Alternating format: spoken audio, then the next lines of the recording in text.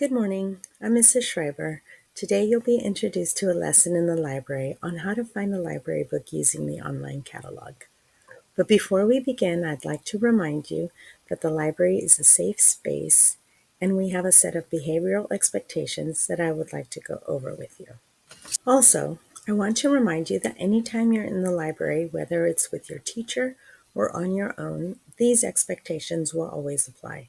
Of course, you're always welcome to come into the library with a pass or during open hours, but please respect this space so that everyone can enjoy it. So remember, AirPods and earbuds off. Please be respectful to me and to anyone around you. No talking while I'm talking. Raise your hand if you have something to say or you have a question. No food or drinks except for water and except on rainy days. But food isn't allowed because we have carpet and we have books and it can get messy in here. Also, remember to push your chairs back in and don't forget to clean up after yourself. Thanks. Next, I would like to ask you all, how do you find library books in the library? Do you browse the shelves? How many of you know how to use the online catalog? Not too many of you, huh? Great, not a problem. Today will be a review for those of you who know how to use the online catalog and an introduction to those of you who have never used the online catalog. Why do you think this is important? Yes, it's a great way to find information effectively and efficiently. You can always browse the shelf. Sure, something might stand out and catch your eye, but if you're looking for something specific, the best way to find it is using the online catalog. This is a search skill that you will learn, practice, and develop while you're in high school, and then you will continue to use it as you move on to college, or even if you don't go to college, you will use it in the public libraries or any website that you would search for information. Also, if you're looking for some inspiration, you're not exactly sure what you want to search for, you can always click on collections and search our library collection. As you can see, I have a diverse collection here that has already been pre-categorized for you. I have books in Spanish, a Spanish collection, bilingual collection, and historical fiction. Some of you may need to check out something for your history class. And so you can look up the different categories in history. You can also find different genres as well as the themes of the month. Does anyone have any questions before we get started? Now I need eyes on me as I'm going to show you where the different sublocations are, the different categories in the library. So biographies, which are right behind me, graphic novels. All the books in graphic novel format are going to be on the left-hand side. The Spanish collection is right behind you under the windows. Then we have our most popular collection, which is fiction, is on the left-hand side of the library. And we have nonfiction, which is under the window on the left-hand side and along the wall all the way to the side of the door. Can anyone tell me the difference between nonfiction and fiction? Nonfiction are books that include real information about real people, real events, real places, real things, real time periods. You'll also find fairy tales and folk tales in nonfiction. It's because those stories were written to teach morals and values to society and through stories, and those stories have been passed along. You may think that's not real information, but it is. It was a way that people in different cultures would teach values and morals to children, especially. Fiction is not real. Fiction is written to tap into your imagination and, believe it or not, develop your critical thinking skills. How? Well, fiction tells stories that many of you can relate to or are captivated by because you like the specific genre, whether it's science fiction, romance, horror, mystery, historical fiction.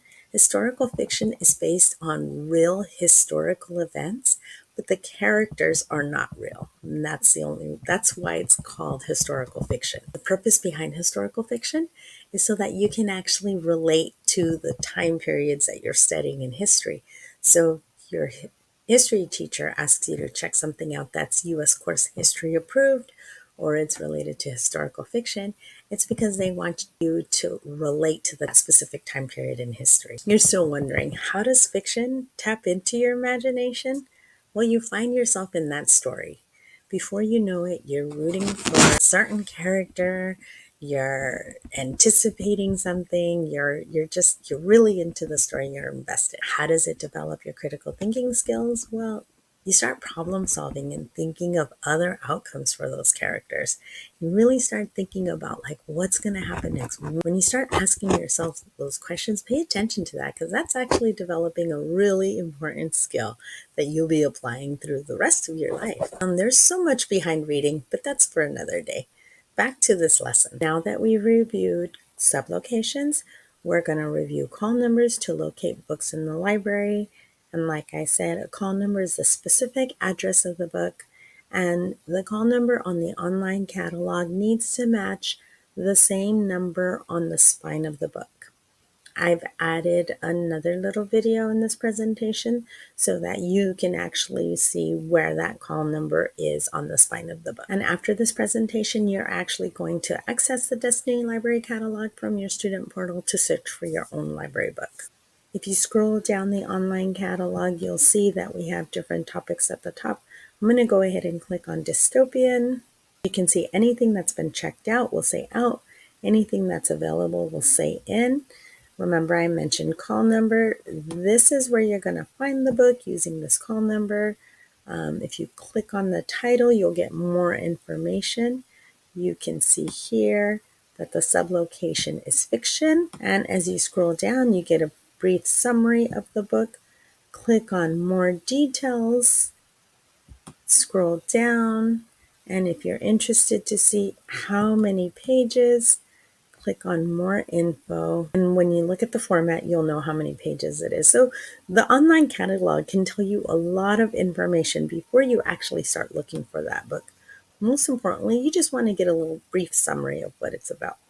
And if you ever need to use a quote from this book, just click on citations. Look, the citation is right there. So it's already been created for you. It just makes things so much easier.